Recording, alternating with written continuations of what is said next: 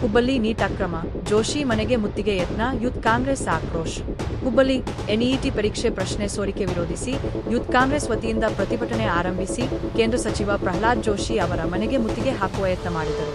ನಗರದ ಕೇಶವಾಪುರ ರಮೇಶ ಭವನದಿಂದ ಆರಂಭವಾದ ಪ್ರತಿಭಟನೆ ಪ್ರಹ್ಲಾದ ಜೋಶಿ ಅವರ ಮನೆಗೆ ಮುತ್ತಿಗೆ ಹಾಕಲು ಹೊರಟಿದ್ದರು. ಮಾರ್ಗ ಮಧ್ಯೆ ಪ್ರತಿಭಟನಾಕಾರರನ್ನು ತಡೆ ಪೊಲೀಸರು. ಇದರಿಂದ ಪೊಲೀಸರು ಮತ್ತು ಪ್ರತಿಭಟನಾಕಾರರ ನಡುವೆ ಮಾತಿನ ಚಕಮಕಿ ನಡೆಯಿತು. ಅಷ್ಟೇ ಅಲ್ಲದೆ ಪ್ರತಿಭಟನಾಕಾರರು ಬ್ಯಾರಿಕೇಡ್ ತಳ್ಳಾಡಿದರು. ನಂತರ ಪ್ರತಿಭಟನಾಕಾರರನ್ನು ಪೊಲೀಸರು ವಶಕ್ಕೆ ಪಡೆದರು. ಶಿಕ್ಷಣ ಸಚಿವ ಧರ್ಮೇಂದ್ರ ಪ್ರಧಾನ್ ರಾಜೀನಾಮೆ ನೀಡಬೇಕೆಂದು ಆಗ್ರಹಿಸಿದರು.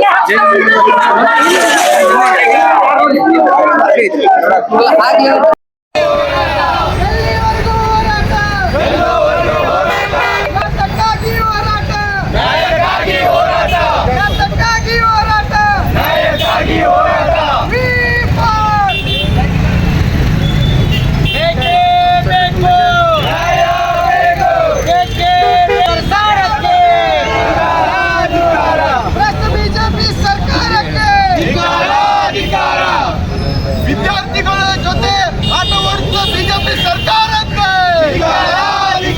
ಬಿಜೆಪಿ ಸರ್ಕಾರಕ್ಕೆ, ನರೇಂದ್ರ ಮೋದಿಗೆ, ನರೇಂದ್ರ ಪ್ರಧಾನ್ಗೆ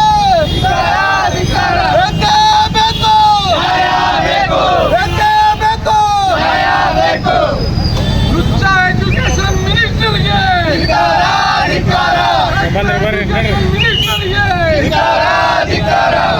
ಎಜುಕೇಶನ್ ಮಿನಿಸ್ಟರ್ಗೆ